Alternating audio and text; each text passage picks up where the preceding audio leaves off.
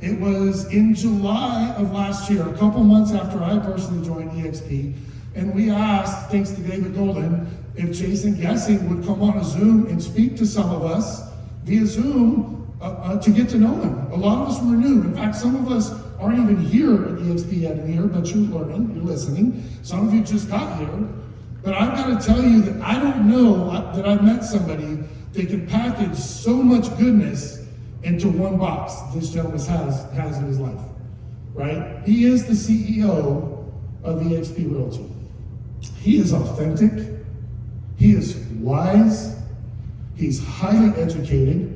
He's kind, and he serves us. Heck, he's here for you and me today, right? That's walking the walk. That's not just words. He is here to share a little bit about himself and EXP so we can all continue our journey with this incredible company.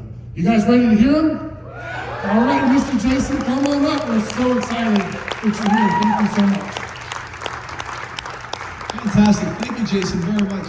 This is great. I couldn't be happier to be here. And, I don't know, hopefully, maybe everybody in the audience knows, but we operate in the metaverse, right? EXP has been operating in the metaverse now for going on 13 years, since October of 2009, in some form or fashion. We didn't even know what it was. We didn't know what it was called back then, but we've been doing it. Today, we've got a really robust community of 77,000 agents and counting across 20 countries. All U.S. states, almost all of Canada. I mean, it's just taken off like crazy. But I start with this because I come to this event, I've been sort of home for the last 2 weeks, and I come to this event, and one of the first people I see is Beth Ellen Rosenthal. And I know Beth Ellen for a long time now. I don't even, how many years has it been? 2013, 2014? 11 years. So she's agent 61. I think my original number was 60, if I'm not mistaken. So I mean, we're very close in time. And when I saw her, I just had this enormous increase in energy and just realizing that there's a friend I have not seen in a very long time. And I get to see her today. And the reason why I know her and the reason why I can call her a friend is because we've known each other now for 12 years in the metaverse. And so I would just say to all of you that the context for a lot of this is operating in a way that makes you a little bit uncomfortable, operating in a way that's different, and certainly operating in a way that can change lives. So I started with Glenn back in 2010, about January 2010. There was nobody in EXP east of Arizona, if I'm not mistaken. And at the time, I had my own independent brokerage. We had about 15 agents up in Massachusetts. I was also a very unhappy lawyer on the transactional side of the business. I was doing a lot of closings, commercial lease work, and I was driving probably an hour and a half each way every day into downtown Boston so that I could do this job on the law side where, I get home, my kids were 2 and 0, they go to bed at 6 o'clock at night, so I was going days in a row without seeing my kids. And I never met my dad in my life. I've never had a father figure in my life, and so I just didn't want to be the absentee dad, right? And so for me, when I met Glenn, and I sort of understood that for him, it was economic necessity, right? I mean, at the time, the global financial crisis had hit, sellers couldn't sell, buyers couldn't get financing, right? The business basically dried up.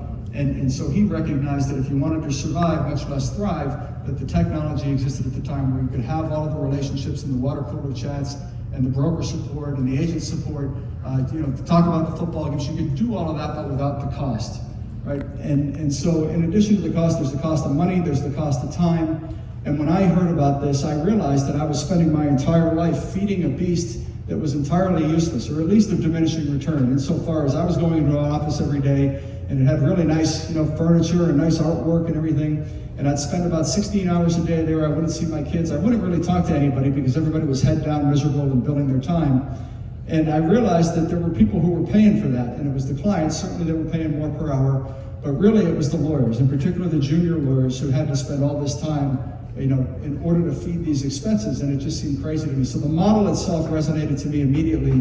This idea that you could really improve the lives of people in the service professions if you could figure out a way to build community, lower costs, and create this sense of ownership. And so I jumped in immediately. I had no idea what an avatar was. In fact, I had a business partner at the time, Suzanne remembers, and I said to him, Evan, I'm not going to come in here too much. You can do this part. I'll start making phone calls and trying to get other people to join the company. Well, the next thing I know, I'm in Friday morning meetings, and there are probably 5 people in the room, and we're talking about the weather every week, and I'm an avatar. And it's just one of those startup environments where you pitch in whatever you can, right? So for me, I had a background with words and writing, so I would review website copy. I had the legal background, which is the curse that never goes away. So I would get us into these states and get up and running. And all the while, I was so exciting. Because I can remember, Beth Allen probably remembers, Suzanne certainly knows, early on, the fact that we were so different, that we were so weird as avatars, I found it to be very galvanizing, right? This idea that everybody was a little bit weird together, but we knew if people would accept weird, that we were going to be into some pretty great things, right? But still, nonetheless, revenue share in our model, you'll hear about that from Brent.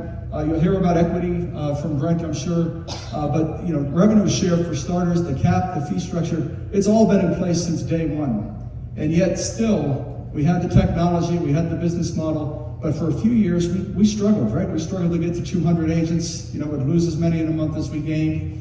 And then all of a sudden in 2013, we've been in conversation. Any brokerage owners in the room here, by any chance? Paul, yeah, okay. But we started having conversations with independents and other franchise owners who were in their free look period. And again, they would talk about what they were going to make when they sold their company. Right? They'd say, I'm going to sell my company for $2 million. How many agents do you have? 3, right? And so we started to see this, and the numbers that people were throwing out were just crazy. And so we really went through this exercise to try and identify what the ascertainable value was of any brokerage. And when you stripped it back, when you took away the office, you took away the CRM system, the lead gen websites, the phones, the staff, all you're left with are the agents. And the only asset, it's true then, it's true today, the only asset that any brokerage has are the agents, brokers, and staff who are a part of it, right? They're out there building the revenues, building the relationships, they're driving the entire business. And so for us in 2013, there was only one logical conclusion. For the first time, the industry was going to have a player that was going to issue equity to every one of its agents, whether they liked it or not. Whether they wanted it or not, you were going to be a shareholder of EXP, and you weren't going to have to buy shares.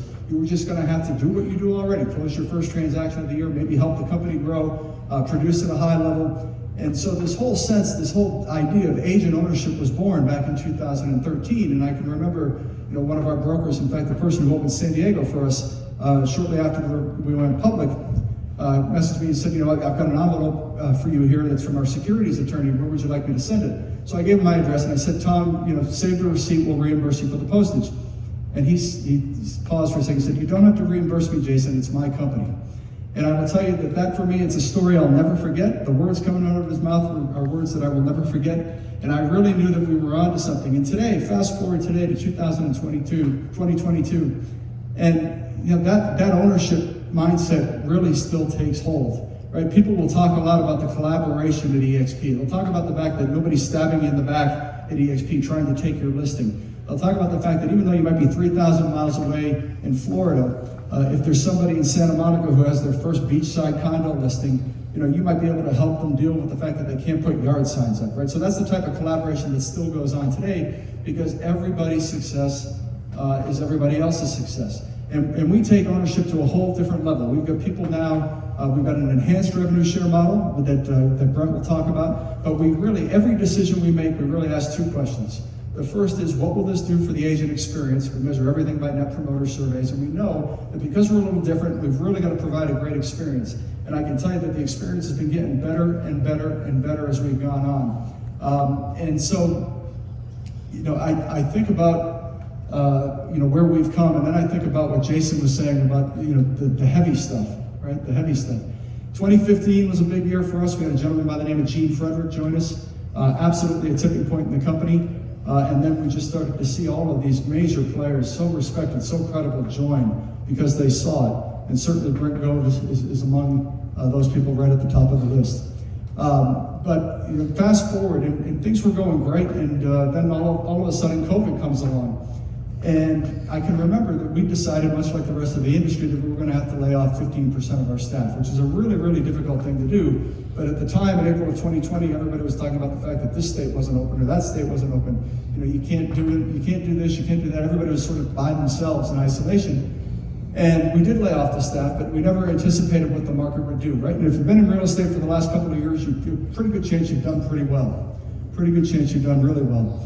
But we started to identify and see that this whole idea of the metaverse was all of a sudden going to be really helpful. because Dave Kennard, our president, we started a series of classes called the Excel series, and these were classes that were real estate basics, things you needed to know, but there were also classes that were geared towards how do you survive in a pandemic, right? How do you survive mentally? How do you survive from a business standpoint? How do you survive personally? And we started to get this influx of people who were guests coming into our campus, donning the avatar. People who for years said, oh yeah, I could never do that. I would never be comfortable with that. And they spent a couple hours in, they realized that this was a respite from isolation, and it was a place where you could continue to learn from others, and continue to build your craft, even in challenging times. And if we look at the underlying platform, in 2018, we acquired a company called Virbela, which is our metaverse. And during the pandemic, we had the NBA using Virbela as its offices. We had public company accounting firms using Virbela. We had public universities. Stanford University Business School still used the platform. University of Texas, I believe, their business school was using the platform. We had DJ Jazzy Jeff in for the first time doing dances and things. And for the first time, all of a sudden, now this was an accepted concept, even before Mark Zuckerberg said the word meta. And people were seeing that this was a really powerful platform and what you could do. And so what does it allow us to do? I always say that there are two main reasons why EXP has been successful. The first is we've been able to build the community without the cost associated with building community. Everybody in here, I imagine, to some degree is a people person, right? You get energy from being around people. You don't want to be sitting in isolation. And we've figured out how to do that, but without the cost that are typically associated. I'll give you an example. So in 50 states today, we're in about 600 or so multiple listing services across the country. Now, any traditional approach to the business would require us to have an office in each of those locations, have one person minimum doing onboarding, one person minimum doing tech support, one person minimum doing transaction processing. And if I look today across the entire company, right, 1,300 staff across the entire company, covering all those countries, covering all those markets, and they're able to do it in a very interpersonal and engaging way because that's their job, because we want the experience to be as good as it can possibly be. And so, fast forward a little bit, the pandemic evolves, business starts to pick up again, and we just started to really hum. And I think a couple of things that were important for us. One is we invested at the time in technology that we thought would really be helpful for agents who had to do most of their work in the field remotely. We introduced an online tour technology, and we invested in a lot of different things. We also introduced EXP Agent Healthcare. And for those of you with EXP, you'll be hearing more about this in the coming months. But we really have cracked the nut in a way, and I don't care what anybody else says. They'll talk about, oh, we have healthcare, we have that healthcare. Really, they're just taking a pit stop on the way to the exchange, which is available to everybody. This is true agent healthcare, and at a time where people were worried about their health, they couldn't focus on their business, and we allowed them to focus again on their business. And today, we've got thousands of agents who are getting as good, if not better care than they were receiving before, and they're saving on average somewhere between $8,000 and $10,000 a month, which they can pour back into their business. The other thing that sort of started to happen, all the heavy stuff, you had COVID-19 and inflation, you've got the war in Ukraine. I mean, it seems like every time we turn around, we're darting from one crisis to another. And I think about sort of the dialogue that has prevailed over the last many years, whether it's, how Ukraine talks to Russia or vice versa, whatever, internal, it doesn't matter. It's just been really sort of coarse, right? It's been acrimonious, I would say. People can't seem to get along when it comes to anything at all, nothing. And yet, I look at what we've done, and I really ultimately think this is the true story of EXP, because I look at what we've done today. We've got people that are speaking different languages, they're speaking French, they're speaking whatever else they speak in all of these different countries, right? Italy, Spain, Brazil, you name it. They have different religious backgrounds, they've been in the business for different periods of time. They probably were school teachers, or maybe they were pharmacists or doctors before real estate. I've never seen an industry like this where everybody comes to it having done something else. But they come in, some of them have money, some of them don't have money. Some of them know how to work luxury properties, some of them don't even know how to spell luxury, right? But they want to get into it. Some of them are aviation real estate specialists. There's a guy here, or actually in Arizona, who's looking to sort of launch his aviation expertise. He's sort of a contract with the FDA and take that platform globally. And we've seen that happen throughout the company, where people can use the platform to really build something that they otherwise wouldn't be able to scale. But if you look back, I'd say 3 years from now, when we look back at this time, and I guess by 2020, what year did we say would be 500,000 agents? What did he say? 5 years. 5 years. And so as the company continues to grow, the diversity of that group continues, and it stands, to me, in such stark contrast to what's going on in the real world, where you have people with differences, you have other people who embrace those differences, they recognize the talent and the expertise and the strength of those differences, and everybody comes together in one location every single day as fellow owners, and that's a really powerful force. And I think that's a critical way in which we've gotten there along with agent ownership. So anyhow, I look at us today, where are we today? Well, we've had our 2 best years in the company's history over the last couple of years.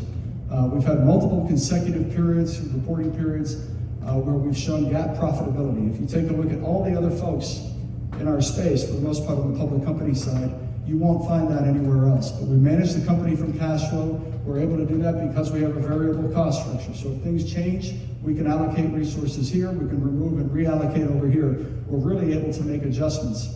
The community has just really built, and it's just been an enormous gift for me entirely, and I just want to thank all of you very much for being here and for considering being part of EXP, or being part of EXP if you're already here. Bernadette, I'm praying for you, and I'd be happy to take any questions if there are any, but thank you very much.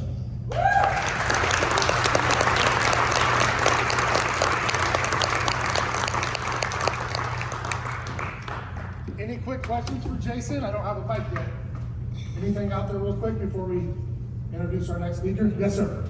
When will EXP start exploring cryptocurrency? I tell you, there are some of us who are exploring it already, both on the agent side and on the staff side. There are a couple of players now that are transacting real estate using cryptocurrency. The last I had sort of read up on it, there's a little bit of an issue making sure you don't inadvertently create a security, right, that sort of gets you in SEC jeopardy. So my understanding in terms of how that's done is you've got to set up an entity, and it's a little bit complicated. I think there's a lot of enthusiasm for it. I think it's probably 3 to 5 years before you really see a whole lot of traction in terms of cryptocurrency being tied to transactions themselves. I think virtual properties are interesting, really interesting, kind of crazy. I mean, why would anybody ever pay $5 million to be virtually next to Snoop Dogg? But they do it, and you look at sort of how it's worked. And there are people who really think this is something else. I mean, you can have income properties in the metaverse. You can buy a commercial plot of land in one of the worlds with nothing on it. You build up. You can rent out billboards, marquee spaces. I mean, there's so many different things you can do to generate revenue in addition to build community and life. And I think at some point somebody's going to figure out how to pull all of these different metaverse properties into one location, much like the MLS. And I think that's an opportunity, whether it's for licensed agents or not, or a broader population, I don't know. But I'm trying to get up to speed, just like you are, Jason. Smart contracts. I think it's inevitable that we're there in not too distant future. Thanks for the question. What is the variable cost structure, and what are the macroeconomic triggers that will cause it? Well, so the cost structure is that we don't have brick and mortar, right? So the physical cost between physical mortar and redundant staffing, those are your 2 lion's share of costs that brokerages deal with. Because we don't have the brick and mortar, we've already eliminated one of those. Now that doesn't mean that we don't like offices. We don't say to our agents, you can't be in an office. The idea is, I don't want to tell an agent that they have to subsidize our decisions as to how big that office is or where it's going to be. Agents are paying for offices today whether they realize it or not. So at EXP, we're happy to have you open an office, have an office branded in the way that you want it, to the greatest extent that the regulations will allow, in your name rather than the EXP name. Not having the brick and mortar is one reason, and then the efficiency on staffing. I mean, the fact that we can, in a very interpersonal way, treat and provide great support. Our NPS right now is up around 80 on the agent side, which is terrific. On the employee side, we're up around 84, I think. We were named number 4 on Glassdoor's best places to work for large companies, number 15 in Canada. The macroeconomics, I mean, for me, we're trying to create programs that are going to anticipate the next downturn. We've often believed that for brokerage owners, this is the best deal going in a downturn because, I mean, it was survival for Glenn too. So we think that we'll be able to help and really provide a lifeline to a lot of the brokerage owners when tough times do come again. With inflation rising, I think there's a decent chance that you'll see sellers. I don't think iBuying is dead. I think you will see People continue to look towards institutions as a quick way to sell when they need to, and our platform keeps the agent at the center of that transaction. But really the variable cost structure, to your question, is the staffing, the ability to deploy additional staffing in markets where we need to, and to pull it back if we need to as well. Yes? Yeah. 100,000 domestic agents, how soon do we do that? Well, difficult for me to answer that one, just because I don't know. I mean, it should be this year. Very cool. All right, one more. You mentioned there were two key questions that EXP always asks. The first one is, what will it do for the agent experience? I missed the second question. Yeah, how is it going to benefit our agents in their capacity as shareholders? You missed it because I didn't say it. Thank you for bringing me back to it. But everything we do, whether it's a lending opportunity, whether it's coaching on Success Coaching, which we've now launched, whether it's more of a tight relationship with healthcare, whether it's title, everything we do, we always recognize first that our agents are shareholders, and how is this going to benefit them? So, for instance, we had a former lending product. I see Brent jumping around out there. Here comes the hand grenade. He's like warming up. Everything we do, that mortgage opportunity that we had most recently, it didn't gain traction, but it was very, very innovative, and it would have allowed our agents to receive dividends as a result of making the referrals that they were already making. So that's the type of thing where we say, the company could make a ton of money if we just started a mortgage company and told everybody to use it. But long term, that's not going to get us where we need to be. We need the agents to have an ownership interest in every single thing that we do, whether it's for Bella and the sales to Stanford University Business School, whether it's the healthcare initiative, anything we do. And that's sort of how we view everything. And I think that's quite different than what you find in most places. Thanks for the question. I appreciate it. Let's give it up for Mr. Gesing. Thank you very much.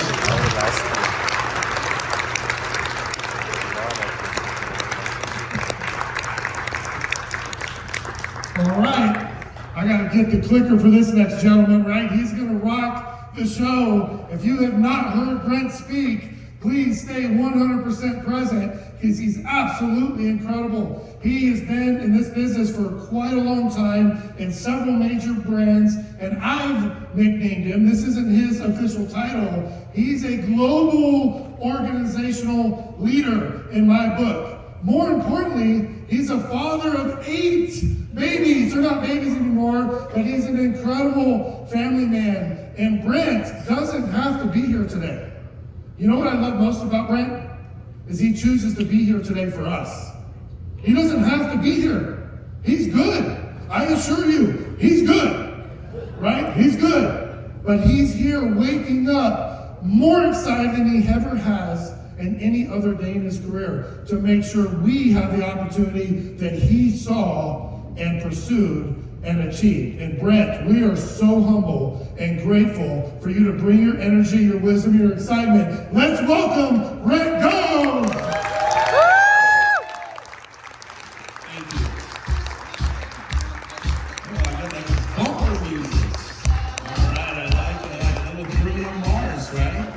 How are you guys doing this morning? All right, well, I'm pumped to be here.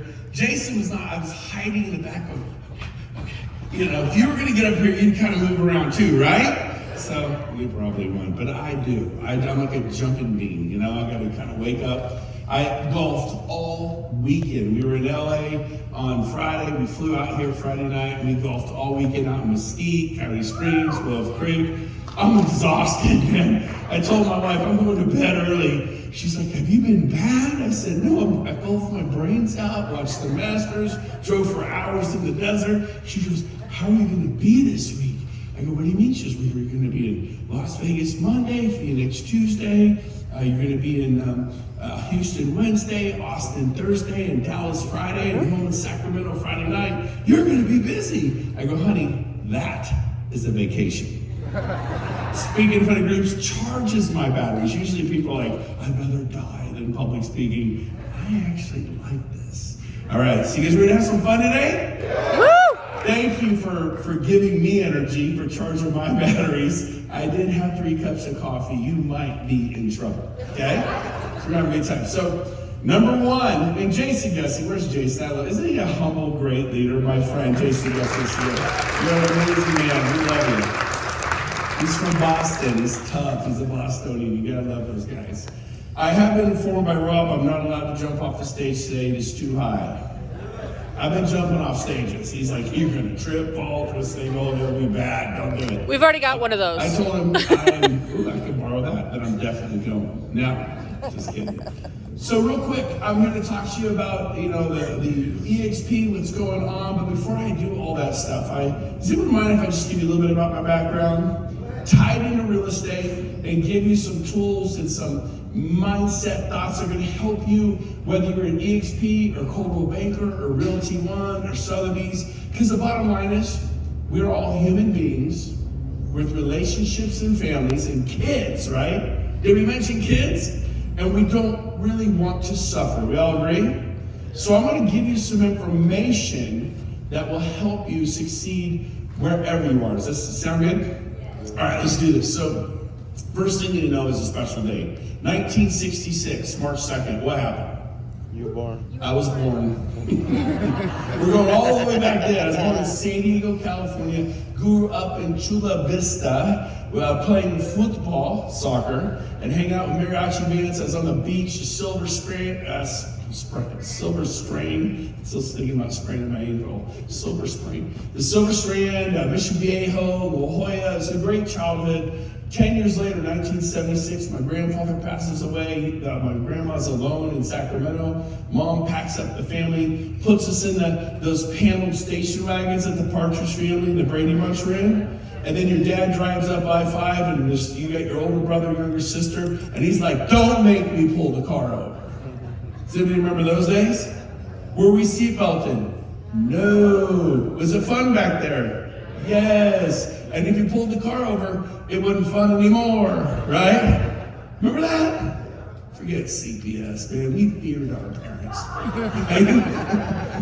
Never mind. All right, so move up to Sacramento in 76, rivers, lakes, Tahoe, the ocean. It's a great place. Loved it.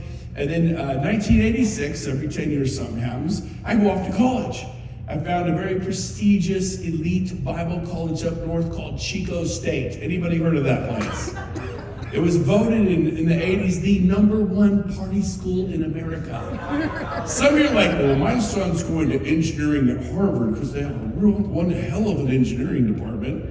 My daughter's going to be a children's doctor, and she's going to go to the Mayo Clinic, and she's going to go to Phoenix and go that way. And I'm like, where can I have maximum fun? Anybody like me? I remember they're like, well, you got to declare a major, and I had a problem with that. Anybody have that problem? And I'm like, well, what's that? They go, well, you study it for years and years and years, and then you spend a major portion of your life, like all of it, doing it. And I'm going to join a major in business, and I'm picturing the guy at Bank of America behind the desk in a suit and tie going for 40 years. I'm like, do you want to be an accountant? Same mental picture. A scientist? Not good at that. Anybody struggle in school? I had math tutors. I had English tutors. When I got a job, I was collecting aluminum cans and newspapers at like 9 and 10, mowing lawns at 12:30. Come on, any lawnmowers out there? And then in high school, I got a job as a busboy, right? Because I knew I wasn't smart enough to be a waiter. Some of you think you're not smart enough to be a waiter right now. Your self-image says you're a busboy, you're a bus girl. I'm not even kidding. You drove here in the car you drove here in because that's what you expect. You live in the home you live in or the apartment you live in because that's what you expect. You get what you tolerate. Start expecting higher things for your life. So I go off to college, actually became a Christian up in Chico. Oddly enough, most people lose their soul. I found mine. Thank you, Jesus. But here's the deal. I started doing really well at sales. I dropped out of college. I was making double what my college professors were making with master's degrees. I've had friends, their kids graduate, can't get a job. College was a thing for the 20s, 30s, 40s, 50s, 60s, 70s, even 80s. Things started changing in the 90s. I begged all 8 of my kids, please don't go to college. And buy real estate, and they did, and my kids have a lot of wealth in real estate. Start businesses, and they're all headed that way, and they're off on their own. I teach them fail, Be willing to fail. I'm up here always because I'm the biggest failure in the room. I failed at expireds. I failed at farming. I failed at door knocking. I failed at Google AdWords. I failed at websites. I failed at radio twice, but succeeded the third time.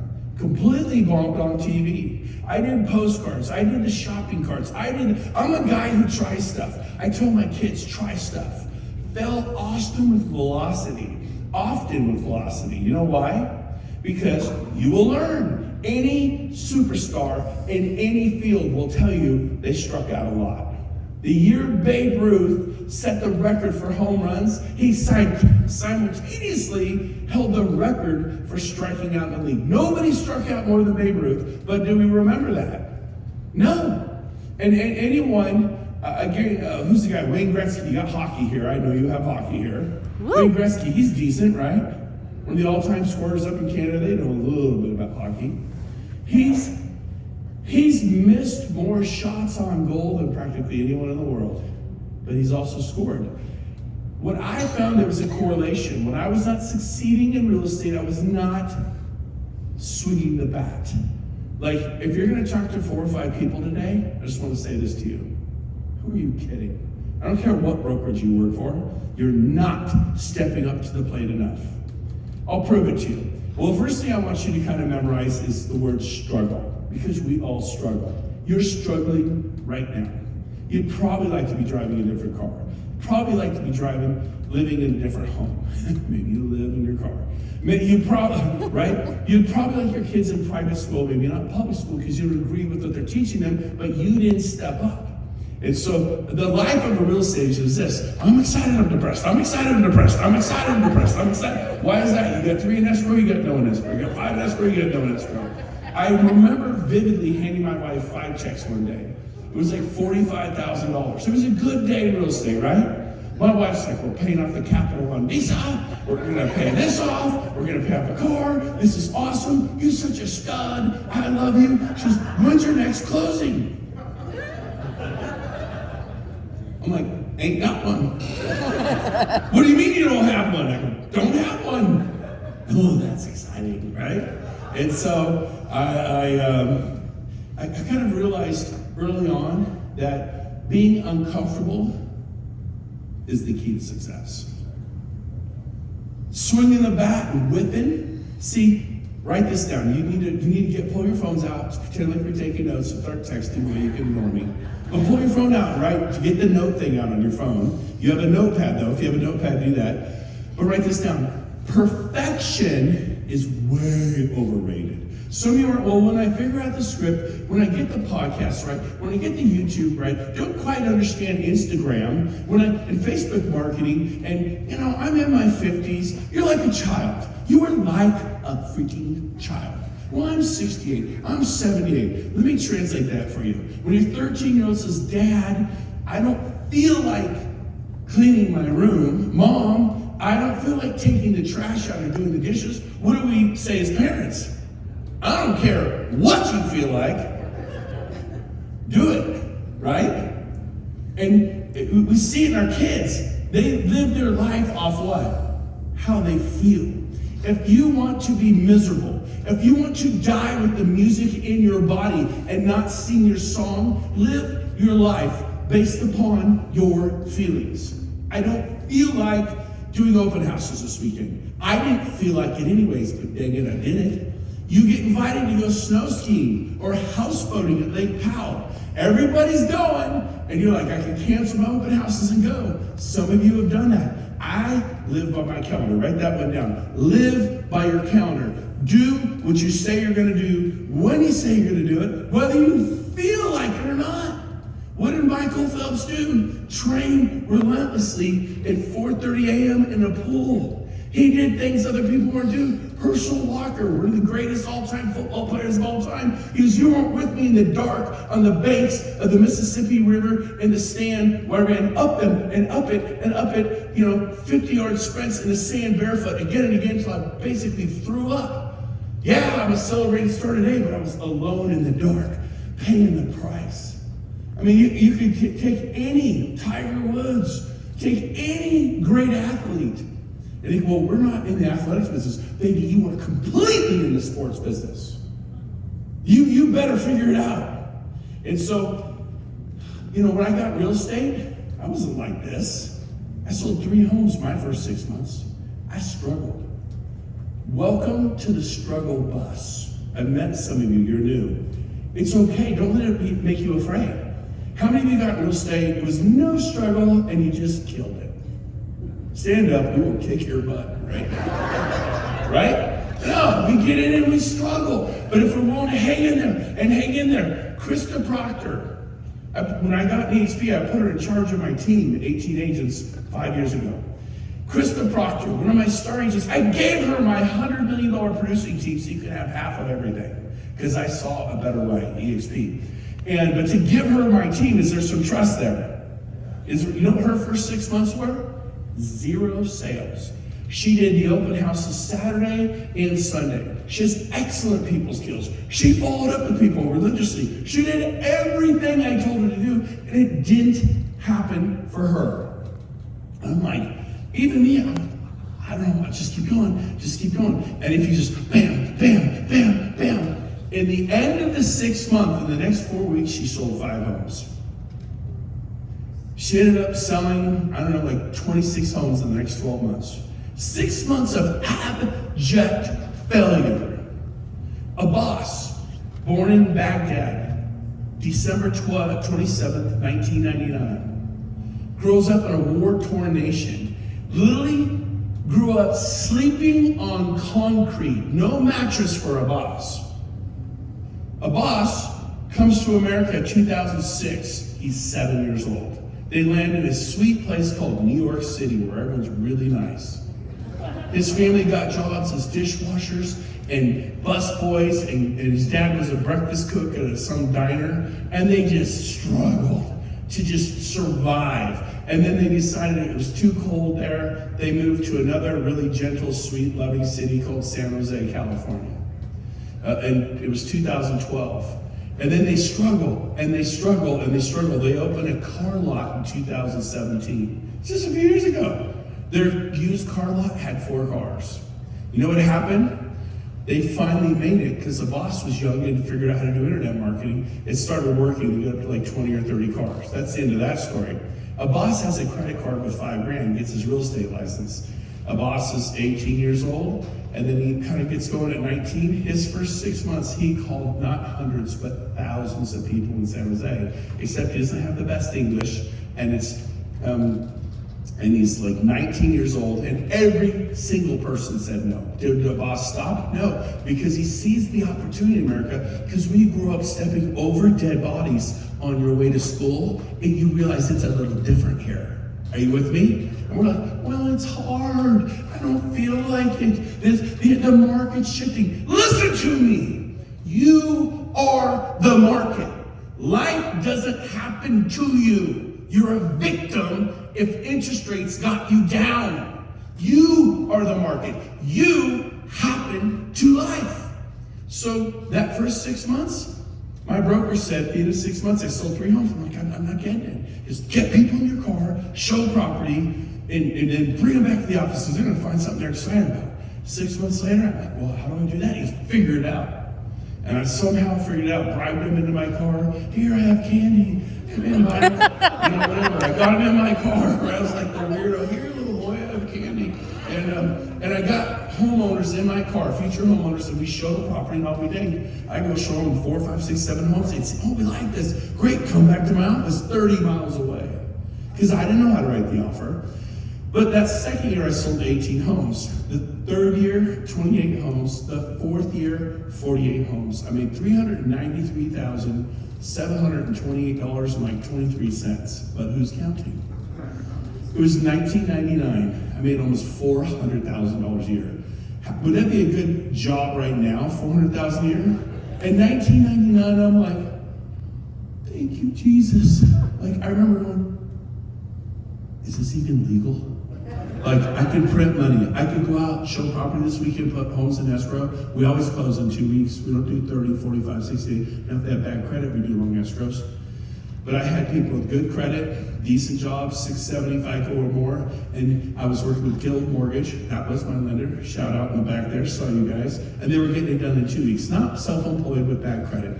People with good documentable jobs, teachers, people who work for the county, the state, people who were firemen and whatever, they had good jobs. And guess what? Guess what I did? We would close in 10 days, 12 days, 14 days. And I'd always get picked because we close so fast. People with cash were doing 21 days. When I have a cash buyer, we close in 3 days. What if they can't get the HOA? Then we wait. Who's in breach? The seller. What if they can't get us the prelims that quick? Then we wait. Who's in breach? The seller. I'll wire the money in 3 days. Buying a home's like buying a pair of shoes if you got cash. Do you like the home? Do you want some handyman repairs? Because that's what you got. Well, I want to do a request for repairs. You fix a leaky toilet, like the wax ring. You're gonna fight over that? You're gonna fight over the ceiling fan? You're gonna fight over a cracked antler? Really? What are you buying, a home or some handyman repairs? I haven't asked for home repairs in 20 years. I taught my team, stop asking for BS stuff. You tell the buyers, do you want the house or do you want some handyman repairs? Let's get you the house in a multiple offer situation, right? Let's buy it as is. Let's get it on. And then we can do a home inspection tomorrow. Well, my home inspector's booked up for 2 weeks. Get a new home inspector. A1's right over there. Right there. I gave them so much business. Now, I live in Sacramento. It was a different home inspection company. But I give them so much business, they find time for me. I worked with direct signings, companies like that. They find time for me. I was religiously fighting for my lender, Guild Mortgage. They would find time for me. One time I was short, and my Guild guy walks up, handed me $20,000 and walked away. And I paid him back. It was a loan. He knew I was hurt and I got myself in a jam. But when you send him hundreds of loans each year, you'd be surprised what happened. One time, we didn't get the money in time to release. They're not going to give me 20 grand. Because you didn't give them 200 loans, okay? And that might be a RESPA violation, and that either might, no, it probably never happened. But anyways, one time, you ever had a loan fund, but it's too late to record, and it's Friday afternoon? Anybody? And the family's in the Ryder truck, and the dogs, and the cats, and the kids, like, where do we get the keys? I go, you ain't getting the keys, suckers. You get in Monday. I'll put you up at a hotel. They're like, no, no, no. And then they call you wonderful words. Somehow it's your fault. Well, my title company said, it's okay, we released it to record. Because I sent them hundreds. I was fiercely loyal to my stager, my photographer. These are your partners, but you gotta get out of your seat, get over there and get to know A1. Be fiercely loyal to them. Fight for direct signs. Who can you introduce them to? Is it all about you? Are you that narcissistic to think it's all about you? Right? It's about, how can I help? How can I help those two at the Guild desk? Well, who can I introduce them to? I don't have any loans for them. I don't have anything in escrow. Can you introduce them to your sister who's getting it? Can you introduce them to a friend? Yes, you could, but will you? Well, what about what's in it for me? Nothing, man! As human beings, we should help people. Anybody agree with that concept? If you're just helping people, they can do something for you, you're no better than a gangbanger. Gangs, they sit there, they have the things, they scratch me, look, I'm off, scratch my back, I'm gonna scratch your back. I'm not scratching people's back just because it's a good thing to do. Because you are light in a dark world. Because you enter the room and you lift that sucker up when you walk in the room. Not because you're a big this, because you're full of love. Because do I make mistakes all the time? I'm okay with it, you're not. Progress before perfection. Again, I'm the biggest failure in the room. I've failed more than all of you. I swung the bat so much. I've got so many misses. I have so many misses. But I have a lot of hits. I figured out the radio the third time.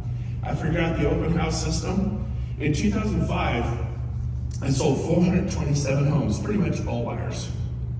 You guys like that over there, Guild? All purchase money. 318 were strangers you met at open houses. You ever met anyone who sold 300 homes in a single year from open houses? I don't like them. I really don't care what you like. Right? I didn't like them either. I remember doing open houses. They brought me to my freaking knees. Nobody's coming in. It's depressing. Oh my God, you gotta show up. or I'm gonna walk over the edge like James did yesterday golfing after I made a 45-foot putt and won the match. He literally walked over the edge of the look. He went over the edge and started sliding down because he felt like, he said it's the closest he ever came. I mean, James, don't get married.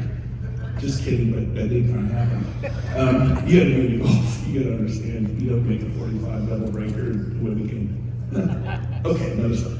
So I'm praying to God, please send somebody through. I remember laying down, arms out, cross straight. Is that the right word? Not prostate. That's the other thing. I'm almost 60. I can use some help there. Now, anyways, but here's the deal. Begging God. I've been there.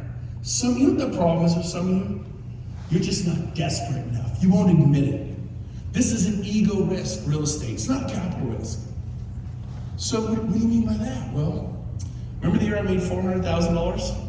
The next year, I was selling essentially 4 homes a month. So the next June, I have, what's this have to do with EXP? It has everything to do with EXP. And wherever you work now, this is crossover. Is it good? Is it good? So here's the deal.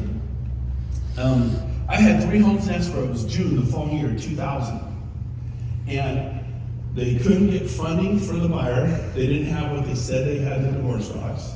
Another buyer got a home inspection. It happens. It scared the bejeebies out of them. You know, there's like 48 things were found. You gotta coach your buyers. We are paying someone not to praise the home. We're paying them to find issues with the home to make sure it's a good purchase for you. Are we not? You could have paid them to put a magnifying glass and show you every leaky faucet, every possible electrical issue. So after that experience, I had to learn. So don't be freaked out. They're going to find probably 100 things. My clients are like, well, they only found 70. Right? You understand? I go, but we're really hiring them to see, is it the home on a good foundation? Is the roof good? Is the big things? It's not a leaky faucet. We can deal with the leaky faucet. We can work with the sprinkler that's hitting the fence at the side of the house. Ready? We turn it. We turn the sprayer. Can you guys do that? You put a washer from Home Depot for a nickel, and you stop it from leaking. You guys with me? You gotta help your clients. So they backed out of that deal though. We want everything fixed. The seller goes, we're not doing 48 items. We're not doing everything. Lost that deal. The third deal, they got cold feet. Anybody sell a home, buyer gets moved it back out? I went from 3 in escrow to none in escrow. And all of a sudden, the big baller making $400,000 a year has nothing in escrow. And it hits me. Next week's the 4th of July. People aren't going to be focused and working. I kind of want to take time off and be with my family. And I went, man, if people don't get refocused for a week or two, and then I take a week or two to sell a house, get my momentum back, and then if it, God forbid, it's just a longer escrow, right? I may not get paid till the end of August or September. In other words, I'm going all summer without what? Money. I get to go to my brother, who's 3 years older, and go, hey, can you help out the little brother? Because we've been paying off our debt. We weren't saving up a lot. And I got upset. I got pissed. If you're here today and you're miserable, God help you. If you're here today and you are frustrated, you've had enough of enough. I would stop, tolerate living like this. It is unacceptable, but I'm not sure how to change it. I'm going to help you. I'm going to help you. You're not thinking big enough. Zig Ziglar taught me this at 19 in college, washing dishes in a dish room at Craig Hall campus. I'm listening to Zig Ziglar, gotta have goals, you gotta have a good attitude, your attitude determines your altitude. The other 3 dishwashers made fun of me. They're like, I had my Sony Walkman, like Chris Pratt. Remember Guardians of the Galaxy? I had this Sony Walkman on, and they're paying me minimum wage. I'm washing slimy dishes. I'm like, this is the greatest thing in the world. I'm listening to Zig Ziglar teach me how to make it. Those guys are making fun of me, going out and doing this. And they're making fun of me, right? I'm like, it's cool. I didn't like it. There's politics even in the dish room, right? And so 10 years later, Kevin, the lead heckler, called me and apologized since he saw my life explode in a good way, because you put good stuff in, good stuff comes out. So Zig Ziglar says this, he goes, you're either a wandering generality or a meaningful specific. Isn't that true? Think about it. Have you been wandering? Or do you have clear business initiatives? Do you have clear, crystallized goals of where you're going, direct signings? A1, Guild, everybody else in this room. Do you have clarity? Because clarity is power. Don't believe it? There's a flashlight. I can get so far. There's a laser. I can get way farther. And there's an industrialized laser, which is condensed light. So condensed, you could take it and it was sliced through a steel beam like butter. The power of focus. So here I am, nothing in escrow, going to the 4th of July. I'm upset. This is unacceptable. I will not tolerate this. So what do? I say, in the next 30 days, I'm gonna sell 30 homes. Why will you probably not even sell 30 homes this year? Because there's no clarity around it. There's no initiatives around it. You're not focused. You're a wandering generality. How do I know? Hey, what are you doing this weekend? Oh, I'll probably show some property, maybe do an open house, hopefully go on a listing appointment, blah, blah, blah. Wandering. You're a flashlight. I want to take you to a laser and then turn you into an industrialized. I want you to focus. When I set the goal, write this down. It's an acronym, BHAG. Raise your hand if you know what it is. A BHAG stands for big, hairy, audacious goal. It's audacious. Like, how dare you sell 30 homes without a team as an individual agent, no bank REO, no corporate reload from Coldwell Bankers where they're just throwing you the. Who the heck do you think you are to have 100 home inspectors working on your team? Who do you think you are to build that company to do that many loans? Trust me, do agents sell 30 homes in 30 days? Do they? Here's why they don't. Here's why most do. Here's why most don't. You can't hit a goal you don't even have. Would you all agree? When does the garage get cleaned? When you're frustrated. When does your car get cleaned? When you're frustrated. You're like, this is disgusting. We're going to Quick Quack Car Wash or wherever. We're going to take care of this now. I will not tolerate my car like this. Do you guys get it? So I set this goal to sell 30 homes in 30 days. Now I'm like, well, how the heck am I going to do that? It made me think of new questions I never asked myself. Well, if I'm going to sell a home, you got all day tomorrow. You got all day. Tomorrow's Tuesday. If I'm going to sell a home tomorrow, how am I going to do it? I'm going to show property tomorrow. I've never sold homes if I'm not showing property, right? Now you become a listing agent, it's easier to do, right? But I was a buyer's agent at this point in my career. Didn't become a listing agent until 10 years in. So guess what? I started showing, I said, I have to show something. I don't care if it's a condo, a halfplex, a duplex, a beginner home, a mid-level home, a luxury home. Somebody's seeing something tomorrow. End of story. Because daddy's pissed. I'm going to kill something and drag it home to the family. Remember those 8 kids? I'll answer your question. We are not Mormon. We are not Catholic. There's nothing wrong with Mormons or Catholics. Everyone always asks me. We raised our kids without a TV. And when there's no TV, you look at your spouse and go, what do you want to do tonight? I don't know. What do you want to do tonight? Well, 8 kids. Now, so we were born. Do you love kids? We were born. Yes, of course I love kids. They're great, but we were born. Now, anyways, so here's the deal. I go, I'm going to step up. I'm going to step up. You going to step up? You going to step up? Are you? Are you? Man or woman, young girl? Well, I'm too old. I'm too fat. I'm too skinny. I'm too this. You know what? Henry Ford saw it 100 years ago. He said, if you think you can, you probably can. And if you think you can't, you're probably right. He saw it in people's mindset. So I started listening to Jim Rohn and Zig Ziglar and Dr. Dennis Whaley and guys like John Maxwell in leadership and adding value. I go, what's the rest to it? And what can I do to 10 times the value? What can I do? Man. I heard a guy on YouTube, he's making millions of dollars in real estate this year. He started 13 months ago from scratch with nothing. He'll make millions in real estate sales. Wow. There's so much opportunity out there. We're like, it's hard for me. I'm a victim. My Brent Gove's not here to help me. Jason's gonna go back to Boston. My broker just doesn't help me enough. Victim or victor, the choice is yours. If you want to play the victim card, enjoy your sucky life, because it's gonna, can I give it to you straight? Your life's gonna be not good. So I set this goal, 30 homes in 30 days, and I worked so hard to show property every day. Some days I didn't get property, but the next day I showed 2 or 3 times. The next day I showed up once, and all of a sudden I started writing offers. All of a sudden I started putting homes in escrow. And I'm here to tell you, I started selling home after home after home after home. My record was 7. And I'm here to tell you, within 30 days, I told everyone I was going to do it. I completely failed. Remember, I'm the biggest failure in the room? Totally didn't even get close. My record was 7 sales in a single month. How would you feel if you sold 7 homes in the last 30 days and got paid 7 times? I felt good about it too. I'm like, man, will I ever do that again? Because I was always doing around 3 or 4, 3 or 4, 3 or 4. Maybe 5. 7 was the record. Once I got clarity and started asking the questions, how would I do this? Then I answered the question. I have to show property every day. I don't recommend working 7 days a week, but I had nothing in escrow. I was a sole provider for my family. I go, baby, you okay if I just take the month of July and just burn it up? Just 1 month. Do you realize you're 30 days away from radically altering your life for the rest of your life? Because I was never the same after this moment. I epically failed, but I sold 14 homes.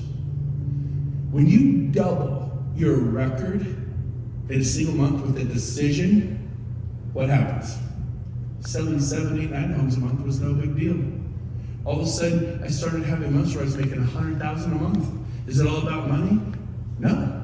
But the lack of money, it's not about that either. Are you with me? Are you? Yeah, right. And so, it was amazing. And then it changed me. I realized I was playing life small. And I'll say to you, you playing life small does not serve humanity. Mother Teresa, though she's small, she starts picking people up in Calcutta and loving them and going big, and then she gets knighted by the Queen of England. Martin Luther King, I have a dream speech. What is his dream? Well, in the 60s, you didn't say it. I see little black boys and little white boys playing together on the front lawns. You did not say that.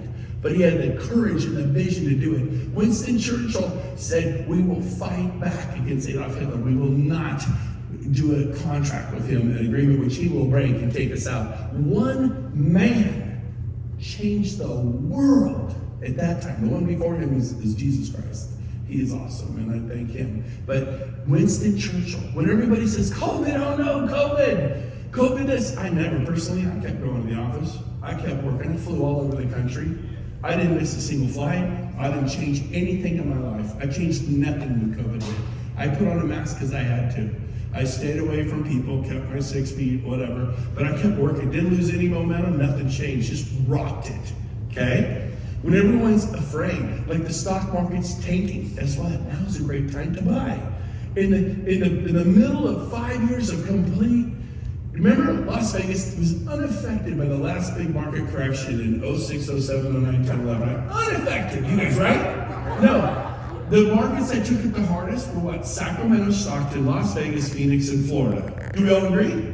Oh yeah, baby. And guess what? What I noticed was 4 or 5 years into that, I had some friends of mine. They were very successful financial planners, stock market guys, and they're now all the financially most successful companies in the nation. They call me up, hey Brent, we were shopping, why? And everyone's depressed. People are ripping copper out of the walls and taking taking out double, sliders, pulling out ovens, stealing air conditioners. Do you remember that? Then we grabbed a flashlight because the power's off, and we started buying 3,500 square foot homes and 4,000 square foot homes like they were going out of style. And we were getting 4,000 square foot homes and 5,000 square foot homes for $250, $260, $270. You can't build it for that, agreed? Especially now with the thing called inflation that my dear friend was talking to you about. And they were buying when everybody was selling. And the stock market is just bleeding out right now. You go, oh no, the stock market, we're included. We're in that batch. We're taking on the chain too. But guess what? Now is a great time to buy. When COVID hit, everyone freaked out and sold stock, and you saw Zoom go down, you saw Southwest go down, you saw different stocks go down. It was a great time to buy, but fear holds you back. So I'm like, no, I realized I just didn't have the money. Why didn't you have the money? Because you refused to risk your ego. It's not money. You are simply not talking to enough people every day.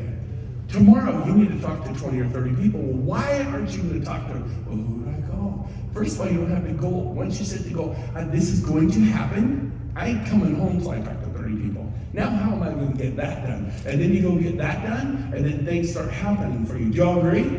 When you talk to nobody, Tony Robbins is up there saying, if you're in your head, you're dead. I thought that was a weird thing. If you're thinking about it, and you don't get out of your head, you just think about it, well, it changes. When your teenage son thinks about mowing the lawn, but stays there, does the lawn get mowed? We see it in our kids, right? Proximity is power. Don't hang out with that group of girls. Don't hang out with that group of boys. They're gonna have a bad. It's like you're just. I'm a big kid. Are you with me? Are you with me? So who are you hanging out with? Who are your inner circle that we heard about earlier from Jason? Who is influencing your thinking? Is it good? I mean, you can go hang out with people. I was separated from my wife for 8 months in 2010. There's a certain group of people who said, you know what, there's other fish in the sea, heck with it. She had a certain group of girls that were telling her, hey, there's other men out there for you. There's other fish in the sea. But I fought like a dog for my marriage and for those 8 kids. And we just celebrated 30 years, thank God, right? But my inner circle said, hang in there, man. Somehow, some way it's going to work out. And I realize some people it doesn't work out. But man, not without me laying it all out, giving 100%. Now, I don't know why I was out for 8 months. I'm such an easygoing, I'm a peach, right? Just kidding. Now, so how does this all tie into EXP? Well, I spent 13 years at RE/MAX, really liked it, ended up selling hundreds and hundreds and hundreds of homes each year. And then in 2009, in the crash, when things were tough, I remember the Keller Williams people were beating on my door for 9 years. They were merciless. You got to come to Keller. It's great. We have great training, good classes, great culture. 9 years. The Keller Kool-Aid, they want to joke around. They must give everyone Kool-Aid because these Keller agents are nuts. Some of my RE/MAX friends that at the office, they're kind of office friends. They're like, if I hear from one more Keller Williams agent, I'll choke them out. I'm like, dude, easy. I said, and I was actually became the #1 RE/MAX agent in California out of 10,000 RE/MAX agents. Good state to be the top dog. I said, time out, guys, time out. As a leader, I said, are we begging people and trying to get them to come to RE/MAX? No, we wouldn't do anything like that. I go, well, why is it? Well, RE/MAX is great and everything. They kind of leave us alone, let us be mavericks and do our own thing, and we like that. I go, well, from what I've seen, you get to do that at Keller, but they have all this training, education, culture, business planning, all this stuff. There must be something to it. Are you with me? But why didn't I go? I'm happy. I was making $3.8 million a year. Is that good or bad? I'm like, I ain't walking the boat. You ever meet people? I love my broker. Right? That was me. I'm happy. I'm happy we're at Silverton. I'm happy at RE/MAX. When did I move to Keller? In 2009. When I was struggling. I didn't blame RE/MAX. And I was in the middle of that, but I thought, I think I just need to change. And the obvious change in 2009 was not, no offense, was not Century 21, was not Coldwell Banker, was not these other brands. It was Keller Williams. And I moved when things got uncomfortable for me. So again, I hope you're frustrated. And I hope, and so EXP is getting ready to explode because this market's going to get tighter and tighter and tighter. And our company's going to explode. And so it costs Keller Williams to explode. We're exploding. So why is EXP exploding? Well, let me just share this with you. 5 years ago, there were 1,200 of us in the world. Today, we're coming up on 80,000. And you think, well, yeah, that's pretty good. 80,000. No. Let me put that in perspective. It took RE/MAX 20 years to get to 20,000. Keller Williams broke the record. The 2 biggest companies ever of all time. Keller Williams broke it, of course. It took them 19 years to get to 20,000. In 5 years, we essentially went to 80. We did 4 times that in a fourth, right? In a fourth of the time. 5 years, a fourth of the time. 4 times the amount in a fourth. Are you guys with me? Why? Because Gesing said earlier, we're going to make you owners whether you want to or not. No liability, but we're going to reward your stock. Guess who got the stock 5 years ago? I didn't like it. I come from a second-generation real estate family. We buy real estate. My kids have life, they buy real estate. And we're real estate people. Stock market, all I ever did was I always picked losing stocks, right? And I'm like, no, I'm not in that. I didn't even want it. He said, when you like it, we're going to give it to you. I'm like, fine, I'll take it. Guy from Berkshire Hathaway calls me out and goes, you don't know what a new worth is. What do you mean? It's 3-year vesting. You can't look me in the face and say, you even know it'll be worth a penny in 3 years. I said, you know what? You might be right. But in 3 years, you'll be at Berkshire, I'll be at EXP, and guess what? What do you get? I think you're one of the best agents in your office in New Jersey because I am the #1 agent. I go, how many homes you sell a year? He goes, I sell 48. They're team agents who sell more, but individual, I'm the top dog. I go, what do you pay in the year? He's, I don't know, like $45,000 a year. Our cap is 16. I said, okay, what do they give you for that? He goes, well, you get a trophy. You get a plaque. I'm number 7 in the region, #1 in my office. Okay, what will that be worth in 3 years? It's nothing. I go, we give out plaques and trophies and recognition. We actually do that stuff at HB. But we're gonna give you stock, whether you want it or not. If you're right, it's worthless in 3 years, I'm no worse off than you. But if it's worth, one of the awards, I got 52 awards my first year. I truly didn't really care if I got them. I remember looking at James. Where's James, my business partner? James, you here? Where's James? He's on a call. He's heard me do this so much he left the room. But I looked at James and said, I wish they didn't have stock. I truly wish they didn't have stock. 52 of those awards. One of them was a $16,000 stock award. You know what it was worth 3 years later? He was saying it wouldn't even be worth 16. It was worth hundreds of thousands of dollars. So how much stock do you have at your company? So let's get into EXP. Let's get into how this works. You ready to start it? I'll go fast, I promise. So here's EXP. Glenn Sanford, our founder, starts in 2009 with those genius people. He's like the Elon Musk. He's like Bill Gates. He's like Richard Branson. He's just Jeffrey Bezos, Amazon. There's somebody who comes along and transforms an industry. What's he do? He comes up with this cloud-based vision. You know, Netflix, how's Blockbuster doing? Gone. Amazon, how is 8,000 retail chains going? Gone. How's your travel agent doing? Gone. How's Tower Records doing? Gone. What changes the world? Technology. Cloud-based companies collaborate in the competition. This guy, Tony Robbins, noticed it. The picture's about 4 years old, but he was talking about cloud-based. He was comparing Hilton, bricks and mortar over here, with Airbnb. I love the name. It's not a bed and breakfast. It's actually the name, Airbnb, cloud-based. And look at that. 100 years, essentially, 18 billion. 10 years, 31 billion. In 10 years from scratch. They don't have bricks and mortar. They're cloud-based. They have no overhead. What chews you up and spits you out as a business owner? Overhead. What does EXP have very little of? Overhead. By the way, you can add a 1 in front of that 3. They're worth almost 131 billion 4 years later. You tell me what I love my broker. I like the office. I have friends down there. I hope you like your kids. I hope you like your husband or your wife or your family. Are you guys with me? You can't say I like the office. Why do you go to work? To get away. No, that is not why you go to work. You go to work to make a living for your family, right? And so, we're a cloud-based environment. We don't have desk fees. You can work from anywhere. But we take the money, it's the #1 line item. I have friends who have large offices for Keller Williams and Remax. It's $45,000 a month just for the lease, for an empty shell. $55,000 a month, $60,000 a month. And then you start adding up all the overhead. We don't have it. We work out at Regis. Beautiful locations, 3,000 locations worldwide. We work out of competitors. There's people who compete with Regis. You get a free Regis membership. You go down there, there's free Wi-Fi, there's coffee, there's conference rooms, and there are hundreds of people, literally hundreds of people that work here, and they don't have real estate licenses. They're stockbrokers, they're software engineers, this and that. You go get a cup of coffee at Remax, I'm not Remax agents. I get a cup of coffee at Keller Williams, but I like the collaboration, really, because I like clients. We can collaborate, but we got so many listings out of Regis and other things like Keller Lofts, nothing to do with Gary Keller, same last name, same concept. These office hub setups with kombucha and Starbucks inside them and all these cool, the looks are the rage worldwide. And they're loaded with people, and you go, oh, I don't recognize you, my name's Brent. Oh, I'm Tom, I'm a financial planner, I have my own practice. We start talking to them all about it. Eventually they go, oh, what do you do? I go, I'm one of the top residential experts in the area. Oh my gosh, I'm so glad we met. My wife and I just moved here from San Diego, and we didn't know where we wanted to live in Las Vegas, but we kind of settled in on the Red Rocks, Summerlin, and we like it out that that way. Can you help us? Sure, Tom. I made up the name. What's your first name again? Oh, hey.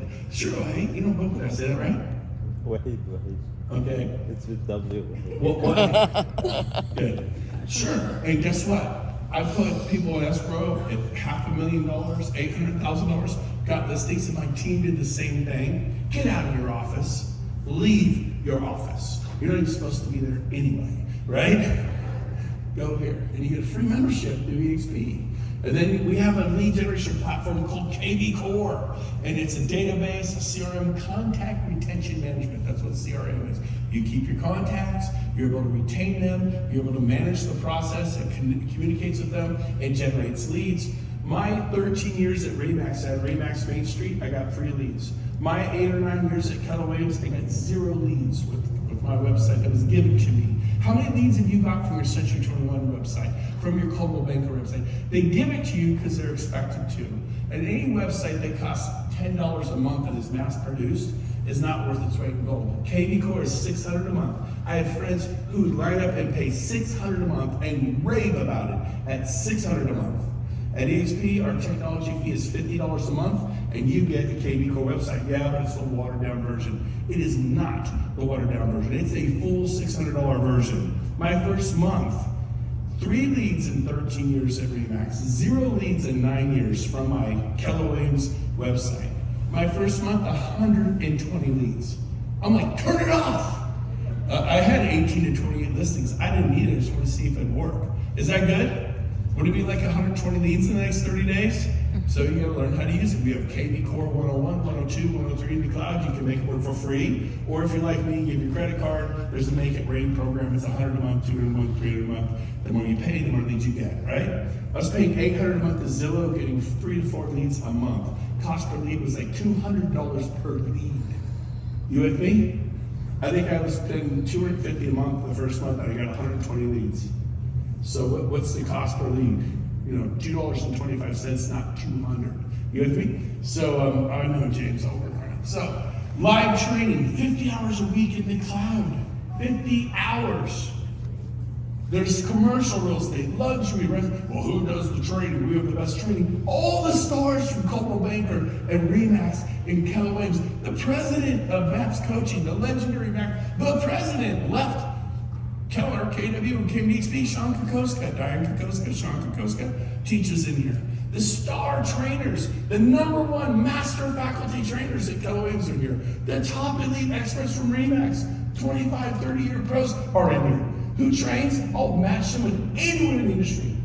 There are great people at your company, and there are great people here. It's no different than what you have there, but here, you can put the kids down for a nap, and you can train. At the other companies, you gotta get a babysitter, you gotta get dressed up. And if you're a woman, I'd imagine you put on makeup and you do your hair, and you drive across town, it's much more involved. How would you like to get on the couch, let the baby take a nap, and be educated at the same level that you would at your current company? Are you with me? This is a big deal. And we do stuff live in person, like right there. This is Sacramento.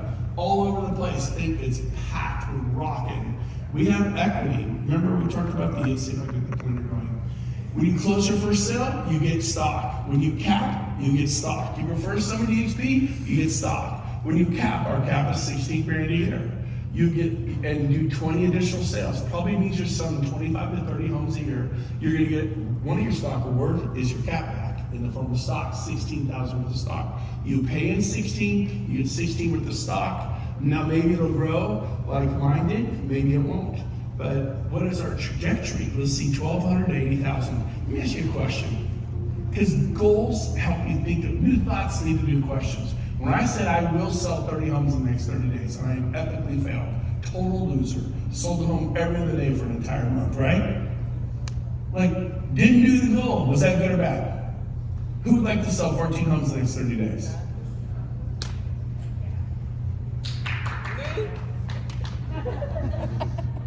You're gonna have to ask yourself some new questions. Agreed? Stand up.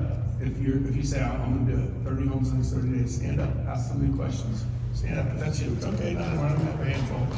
Do it, stand up. Let's see it, stand up, okay? Stand up, if you're gonna do 30 homes in the next 30 days. Look around the room, someone get a picture. Get a picture right now. Okay, good. 30 homes, 30 days. Okay, sit down. So now you're like, what did I just do? You manipulated me. You manipulated me. Do it a Global Banker.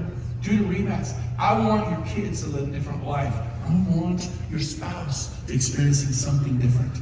I want you to get on a plane and go anywhere in the world first class. I went to Israel first class in a pod. Do you understand what that is like? It's your own little world. It's not cheap. And they bring you steak and lobster and wine and whatever you want. And it's like, oh, flying must be really tough. If you're in coach, right? Well, that's expensive and that's that. You know what? Your Dodge Caravan is expensive. No, it's not. It's affordable. Really? Is someone living in Nigeria? Is someone living in Warsaw, part of Ukraine? It's a lavish expense. It's just a reasonable expense to you. You think me buying a jet next year is that, well, you're just bragging. I travel a lot. I've been stuck in airports. Just got my own transportation. It's like Uber. Are you with me? You call, they're there, you leave when you want to leave. Over 2 hours late. Wait for me. Try that with Delta. They don't wait. I have run through airports, tripped, and done a face pan in front of 100 people in Chicago O'Hare. It's happened. I've gotten there, they shut the door. No! I stood there, I ran for 10 minutes as hard as I could. Through terminals, I didn't make it. I'm just in a position where things are different for me because I risked my ego. You can risk your ego. You just might not risk your ego. Are you with me? I was willing to fail. I need you to swing. I need to swing like you've never swung before. Do it at your current company. You don't have to come here. But if you come here, you're going to get a bunch of stock awards. Now let me ask you a question. Back to questions. Those of you who just stood up, you're going to go home tonight and go, oh my gosh, how are we going to, that is good. And so you answer that. I answered it. My answer was show them property every single day. I'll start Monday. That'll be my 30-day period. And I'm going to rev up. I'm going to call people. I'm going to meet people. I'm going to call family, friends, neighbors, coworkers, anyone I've ever known, and say I'm in a contest to sell 30 homes in the next 30 days. You don't anyone think about listing their home. Anyone. And if you give me a lead and it works out, and when we close escrow, I'll send you to any restaurant in town. Ruth Chris, Morton's, wherever you want. I'll give you a $500 gift card. What's the greatest radio station ever in the history of the planet? It's called WIFM. What's in it for me? And when you help the people that refer you, and you say, look, you help me get a client, I give you your favorite location. I know you love to go to St. George, Utah. Is that a place? I've never been there, but I'm going there next. Is there a good Sandy Hollow golf? I heard about it. I'm going to go there. And I know you love to go there. I got your hotel all weekend on me. Just help me get a client, man. Guess what they do? The gal who cut my hair, she looked and looked and looked and looked. I forgot about it. A year later, she was like, got one. I'm like, you got one what? A client. I'm like, you do? Yeah, my neighbor did. Listen, their home, $500,000. I got the listing. I made 3% on the listing side. It was $15,000. I gave her a $300 gift card because that's what I said to Ruth Chris. She wanted to go to Ruth Chris Steakhouse. What's your favorite place, Ruth Chris? Always wanted to go there, never spent the money. I go, baby, you are going to Ruth Chris. How many of you would send someone to dinner for a $15,000 commission? Anybody? So here's the deal. You just gotta risk your ego. You gotta open your mouth. You gotta talk to people. You simply are not talking to enough people. And so, guess what? You start getting these crazy stock awards. And then you could do the agent equity program. Tell me about the agent equity company that you're founder of your independent brokerage, or at Berkshire, or at Sotheby's, or wherever. What is the agent equity program they developed for you? Because Glenn Sanford created and Jason an agent equity program. They want you to have equity in the company, whether you want it or not. Does that sound good? Well, you can sign up. This is optional. Take 5% of your closings, $10,000 commission is $500, and buy stock, and you get a 10% discount. You can put your stocks low right now. Yep. When I joined EXP, the stock was reduced by 50% for the first 6 months. It was like $6.20 a share. Everybody was excited, and it dropped to $2.40. It literally got cut in half. I mean, remember when I said I wish they didn't have a stock out? Because everyone says, see, it's garbage. It got cut in half, it's garbage. That's what I dealt with my first 5 months. I hated the stock. Ask me if I hit the stock now. I acquired all this stock at $2 a share, $3 a share. We split, and you know, the stock's gone 20, 30 times that amount. All that money, I sold 200,000 of it about 3 years ago to put in a pool, spa, waterfall, palm trees. I had the backyard. If you came out, you're like, that is an awesome backyard. And during COVID, we did hang out more in the backyard because all the restaurants were shut. We barbecued more, so it was super fun. But you're supposed to pay cash for things, right? And people said the stock wasn't real. So 3 years ago, I'm gonna sell just a little slice of my stock, 200,000, put in the backyard. Then the stock went up 20 times. Can anyone do 200,000 times 20? What is that? Has anyone ever seen a $4 million backyard? I have a $4 million backyard. It's pretty outrageous. The funny thing is, it looks like a $200,000 backyard. It's pretty, it's cool and everything. So guess what I'm doing? Me knows sell stock now. I'm buying stock. Just like my friends who bought those homes. How many of you wish you bought homes at low tide here in Las Vegas? This is a low tide moment for real estate. The entire industry is taking on the change. Interest rates are changing. You are not a victim of the market. You are the market. You decide what happens. Those people that stood up, awesome. Go do it. Me, I'm going to be the golden question. Go do it. Right? No one can stop a man or a woman with a plan, because no one has a plan to stop them. There are not people thinking about how they're going to stop you. There is one guy who has a pitchfork. But other than that, right? There's nobody else.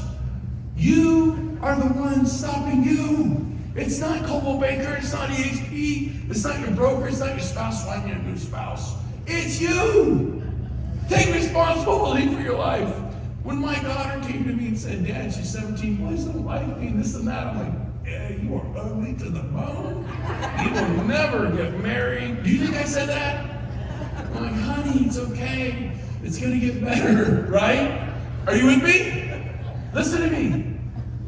Honey, it's okay. It's gonna get better. Because the biggest room in the world, that's not the Taj Mahal. It's not the Sistine Chapel. It's the room for improvement. Are you just the best husband, wife, dad, mom, friend, agent? You cannot get better. Or I think there's a lot of room up your game. I know there's a lot of room up my game, right? This opportunity hits twice in your life. I pray this isn't the second time. So, pretty cool stuff. Finally, we'll wrap up with this. You can erase everything I've said today. This is why I left the company I was passionately in love with. I liked RE/MAX, great company, mean that. I loved Keller Williams. RE/MAX said Keller would destroy my career. Keller Williams is a company for new agents. That's why they don't let training and education. They educate new agents. Look at the roster. And it's true, they have a lot of new agents at RE/MAX. We take veteran producers. We have pride in who has the RE/MAX balloon above the crowd. And we're mavericks. And we don't just take anyone like that Keller Williams company that flew by them and just lapped them, right? And so I'm like, well, I kind of started going to their events and learning some things. And it looks like I think I could use this. I'm ready for a change. I went. Did I stay 13 years? Or no, it was almost 8 or 9 years because it was terrible. See, but they told me it would be terrible. When I left Keller Williams for EXP 5 years ago, Dick Dillingham passionately looked me in the face, a regional owner, and says, your company that you're choosing will not be here in 2 years. Well, today we're a multi-billion-dollar company, debt-free, over $100 million in the bank at all times is just a minimum. How many think we're doing okay? If 1,200 of us could become almost 80,000 in 5 years, riddle me this, Batman. What could 80,000 owners do in the next 5 years? Fired up owners. We just opened in 20 countries during COVID. We're opening 10 more. I have agents in South Africa. I have agents in Mumbai, Cape Town, Johannesburg. I have agents in Portugal, France, Panama, Brazil, and they're selling homes in Israel, and I'm getting paid. That never happened at my prior companies. How does that even work? Keep asking questions. You will sponsor some people who are Indian, and they will tell their relatives in India. That's how it works. I sponsored a guy in Sacramento who had migraines, and he was killing him, but it's all he knew to do. I go, Vincent, you're 58, how's your retirement? He's like, nothing, man. Watch this. Watch the modelexplain.com. It's what you're seeing, but much concise with all the fluff I've thrown in today. It's called themodelexplain.com. I'm not even a real estate agent. I go, Vincent, you have no retirement. We've known each other for like 35 years, right? He goes, yeah. I go, shut up, sit down, watch this. You can talk like that to your really close friends, right? I don't talk to people like that, but I guess, come on, just shut up and watch it. Vincent, okay, he watches it. He goes, can I get a license? I go, yeah. He goes, you know how many agents I know that? I know like, I don't know how many, 20 or 30. He tells 27 about them. He gets 27 stock awards. Every time you share with an agent you sponsor and they close their first sale, he had 27 stock awards. He lives on a ranch in Utah now, taking care of his 97-year-old mom's dad. He was much older, he was 50-something when he had her. He's like 97 now, and they're helping him diabetes. He does not want to live that ranch. He won't live that ranch. And Vincent doesn't have to work because he's been here for 3 years. Because he told those agents, well, one of those agents Vincent told was in Marin County by Napa. He tells an agent up in Canada, British Columbia, a French South African. He had 140 agents in South Africa. He goes, I'm moving my whole company over. He did. He tells an elite cricket coach in South Africa, because cricket's big in South Africa, who calls his friend the elite cricket coach in India, who tells the #1 cricket players in India, in South Africa, about EXP, and all of a sudden you have people like, if you're Michael Phelps or Tiger Woods, you have some people saying, this is a good thing, I'm in EXP. EXP's blown up. Oh no, is it too late? There's 3 million agents in EXP in India. 3 million agents in India alone. There are 208 industrialized nations. There are 25 million agents and brokers worldwide. We have yet to scratch the surface of what's possible. In California, the Golden State, there are 460,000 agents. There are 10,000 EXP agents. There are 450,000 that aren't with us, but they're coming. They're all coming. We're the only company making their agents owners. Are you with me? And so, but because you're an owner, we do this thing called revenue sharing. We share revenues. Well, my company, we don't do that sort of thing. Really? What do you do at your company? If a friend goes, how do you like Berkshire? How do you like Realty One? How do you like Sotheby's? How do you like Christie's? How do you like Coldwell Banker? Well, can I talk to your manager? They joined. For 13 years, people said, how do you like Remax? Great. Can I talk to the manager? Sure. And over 100 people joined. I got 3 $10 Starbucks cards. I traded the cow for magic beans. Stop trading the cow for magic beans. Watch this. You refer one person who caps. That means around here, what's your average price these days in Las Vegas? $450. We'll stick with $450. What? No, it's lower. What is it? $460. The analytical. And there's always thank you, I'm not making fun of you. But $450, $460. Let's say we'll go lower, $450 just for the heck of it. You're gonna have to sell about 6 homes to cap around here, essentially. 6 homes. So somebody sells 6 homes a year, they're gonna peel off and give you $2,800 of revenue share of the $16,000. The agent isn't gonna pay you. EXP collects $16,000. Glenn Sanford said, I'm gonna peel off $2,800 of the $16,000 and give it to you for a firm. Is that more than a $10 Starbucks card? If they stay next year, I'm gonna give it to you again. If they stay the 3rd year, I'm gonna give it to you again. When does it end? Never. It goes on in perpetuity, as long as they're here. Oh, what are the odds of that happening? I don't know, I've been here 5 years and they're here. We didn't grow to 80,000 because they're leaving. Well, I know somebody that left. I know somebody who won the lottery. They went gambling last night and won money. It's a good idea to go gambling, right? No. So yeah, people live EXP, but come on. Now watch this. Somebody goes, well, can I tell more than one person? Yeah, I can tell like 10, yeah. And if they sell 6 homes a year, I'm gonna get 10 times 2,800, what's that? $28,000 this year? Oh yeah. And if they stay next year, I get it again. Oh yeah, so I get $56,000 for telling 10, yeah. The 3rd year, yeah. The 4th, 5th, 6th, in 10 years, you'd get $280,000. Are you with me? Would you like to tell 10 agents earn over $250,000? Why do you think Coldwell Banker sold to $1 billion company? Why do you think Sotheby's sold to $1 billion company? Intero in San Francisco and San Jose sold to Berkshire Hathaway, owned by Warren Buffett, a billionaire. Why do these? There's a lot of money in real estate. They're selling the agents. You're being sold. You with me? So watch this. Everyone they tell, India, UK, Portugal, Arizona, Texas, Florida, all across Canada, you get 3,200. You actually make more money if you help them tell somebody. Unlimited. It's an unlimited number. Is James in the room yet, or is he still making calls? He's gone again? He's on the phone. Well, I can't remember, but last I looked, there's about 400 people that 8 people I told. I've been here 5 years. Let's just take 100 of them. What would that be? 320,000. Is that good? Now, everyone they tell, and how you unlock the tiers is you refer people. If you refer 5 people, it unlocks tier 2. You refer 10, unlocks tier 3, 15, tier 4, 20, tier 5, 25, tier 6. Go refer 25 agents to your current brokerage and see what they pay. Now I did 100 at RE/MAX. I did 55 at Keller Williams because I liked RE/MAX and I loved Keller.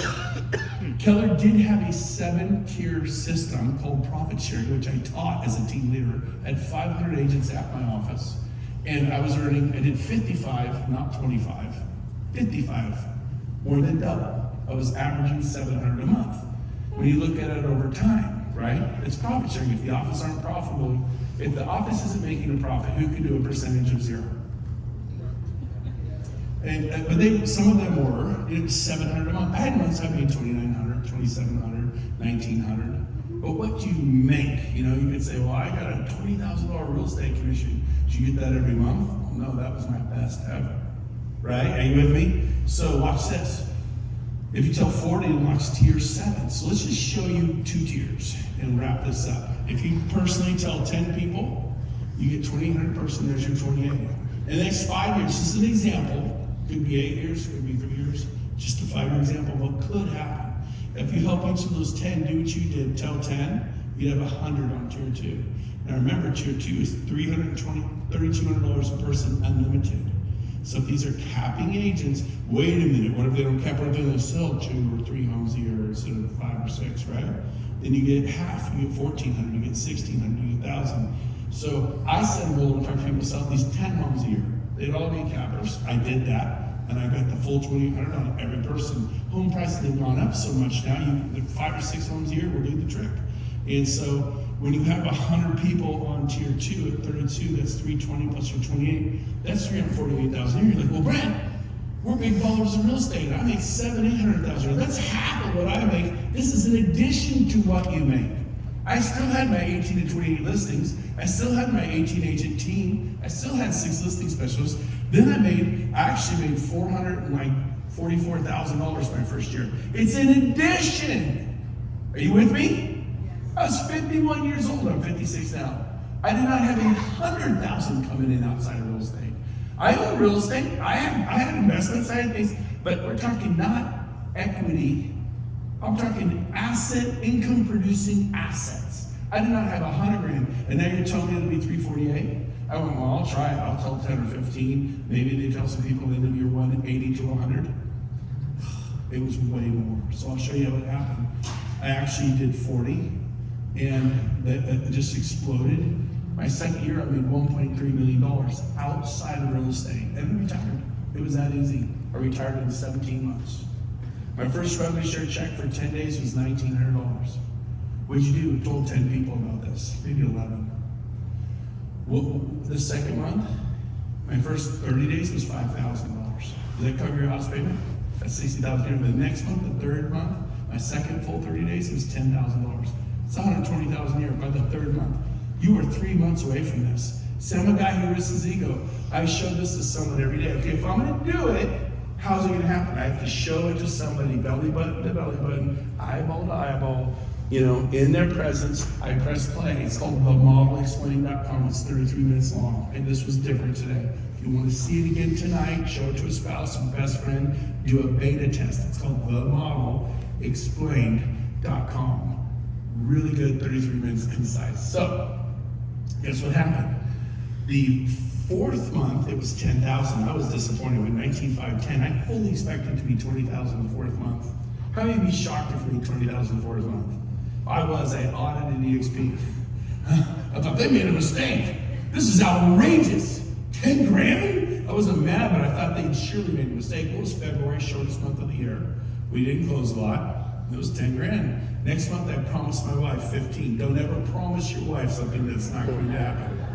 Fortunately for me, it was $27,000 by my fifth month. Is that a little or a lot? Coming in, remember the I'm excited, I'm depressed, I'm excited, I'm depressed? How'd you have to fill in the potholes? Fill in that bottom, 5,000 a month, 10,000 a month, 20,000 a month. I have friends I've helped that now earn $250,000 a month, not a year, a month in revenue share. The biggest stars at my prior company make $700,000 a year after 30 years. I have people been here 4 years making $250,000 a month. Some of them $300,000-400,000 a month. There's no limit. This is up to you and what you create, and I'll help you do it. David Golden will help you do it. Jason will help you do it. Whoever's sitting next to you wants to help you do it. Will you let us help you do it? Will you let us get behind your goals and push? Reach out to me. I'll talk to you. I'll help you do it. That's all I've been doing for 5 years. John Maxwell says, add value. Reach out to people. Get to know them. Help them. You're not really going to help me. If you workplace chat me, it'll be a while. I'm a little behind because we've been on the road. But I will catch up with you in a week or two, and I will talk to you. And I will plug you in, help you, show you what you need to do to make it. Does that make sense? Rev Share Plus, now we're taking 50% of our ancillary companies, and you get every 50% of every dollar day one. Every dollar that comes from Success Coaching, day one. KW Maps made $100 million a year profit. How much did we get of the $100 million as agents? Nothing. You get 50%. Lending, big money there. We get some choices there. Coaching, Jarek Robbins, Tony Robbins' son, heads up Success Coaching, Success Magazine, all that good stuff. So if you want to know about Success Coaching, the definition of insanity is doing the same thing again and again, expecting a different result. Get your cameras out and just grab this and check into this. Get a coach. Michael Phelps has a coach. Tiger Woods has a coach. Scotty Scheffler, who just won the Masters, has a putting coach. He has a swing coach. He has a driving coach. He has a mindset coach. He has a weightlifting coach. You want to be an elite athlete, an elite person in business? You can do this. You may not be willing to do it, but I want to fight with you if you want to fight. You want to run? Let's run. Jason's going to help you. David, there are people in this room that are friends from the Women's Council of Realtors. Do you guys know Taffy Maurer in California? Taffy was on my real estate team. I taught her how to sell homes and raise her up. Now she's like the president of the Women's California. She went to met with the president in Washington, D.C., like not the president of the Chamber of Commerce, but even the president of the United States of America. That's Taffy. She's amazing. Anyways, I digress. But Success Lending, America's Home Warranty, you get 50% of every profit day one. 50%. Add it to your rev share. Silverton, there's 8 times the money in title. I've been 5,000 closings, not once have they paid out. It's got to, the lender requires it. How would you have to receive we get paid 5,000 times. Those policies are expensive and never pay out a dime. There's 8 times the money. So you guys are going to take half of this profit and add it to your rev share checks. It's pretty cool. Clearwater Healthcare, 21 countries. Take a picture of this. No desk fees, no royalty fees, no franchise fees. 80-20 split. This is a summary sheet. 16,000 a year, 149 to start up. That's your capital. It's not. 85 a month of brokerage fee gives you the Sky Slope. It gives you Regis. It gives you KV Core, 600 a month for KV Core. Breakthrough Broker for 85 a month. 25 per sale, there's a fee. There's the fee, 25 per sale, broker review. And 40 per sale, E&O, capped at 500 a year. You only pay 500 a year for Arizona emissions insurance in case something happens. Go to join.exprealty.com and apply. There we are on the NASDAQ a few years ago, becoming a multi-billion-dollar company. There we are showing the financial markets worldwide. Glenn Sanford, pretty cool. Everyone's real happy. I'll say this, watch this. This is coming. This summer, cover this.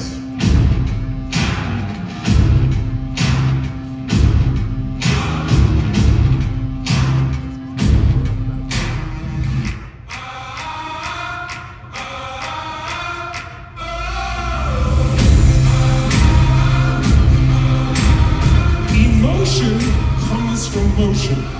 Because the way you move determines the way you feel, and most of us don't move anymore.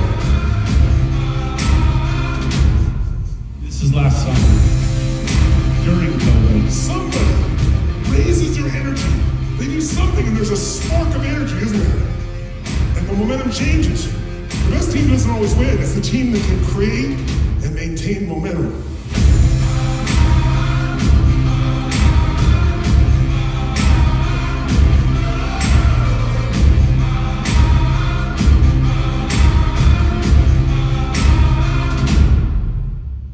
All right, so last summer, we were the first company in North America to do something.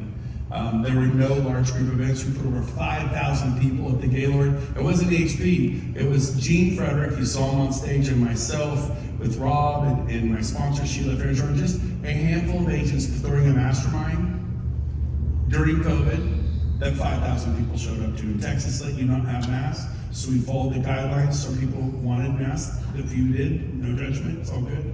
But we had 5,000 people show up during COVID. This year, I don't know how we're finding 1,000 extra seats. There'll be 6,000 people there. Tony Robbins spoke the third day, rocked it.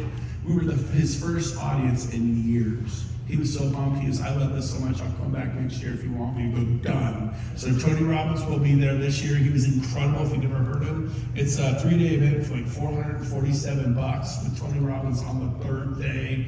So get the ski-in right now. Last year it sold out during COVID, a week before the event or two. Get this, get your ticket, get your room. Get your ticket, get your room. A few people got their ticket, thought they were set. The Gaylord has like 6 restaurants. It's incredible. It's under a glass dome. It's an amazing experience. It's like Disneyland and resorts. It's just outside of Dallas in Grapevine. BuildEvent22.com if you can't get that for some reason. But get your ticket, get your room. Stay there. Don't Uber back and forth from some Airbnb. It'll be a powerful experience. So that's it, everybody. It's been so great to be with you. Thanks for having us. And I'm going to give this back to David Golden or Jason. Or here comes Jason. Give Jason a hand, everybody.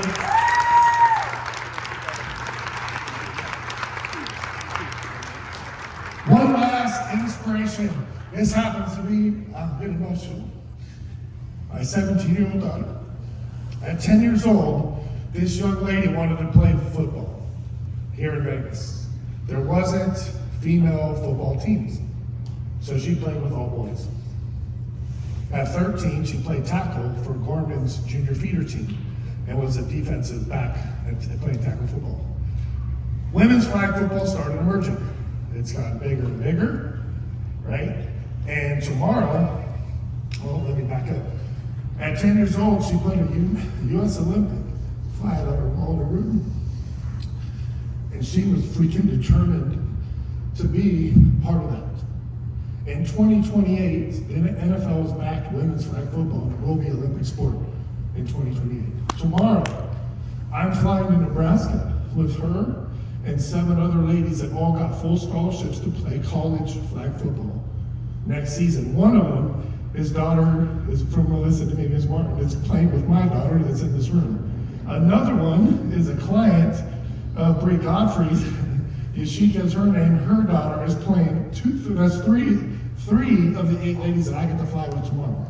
I do coach high school women's flag football, and I love it. Right? And she was just recognized and acknowledged by the NFL. She will be on TV on April 28th, backed by the NFL at the NFL draft, on TV, giving away with the commissioner of the NFL the first round choices. Right?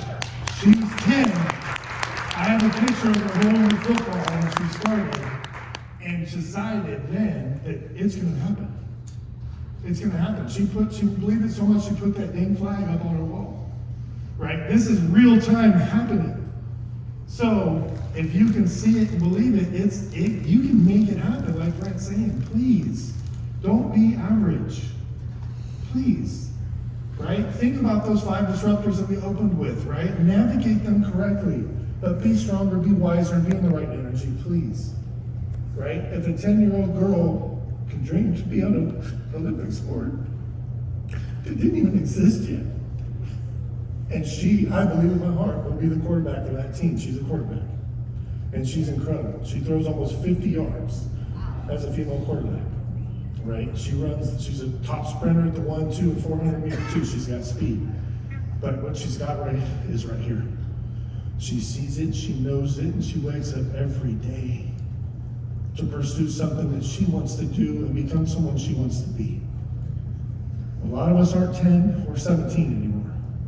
But that thought is still true for us. No matter what you're navigating, please step the hell up. Right? Be bigger and better and go pursue something bigger than you already have for the people that you love, please. And please know that I love you, whether I don't know you. You can call me, I'll help you. If you are looking at EXP, I'll help you. I haven't been here that long. My rev share is over 10,000 a month in 15 months.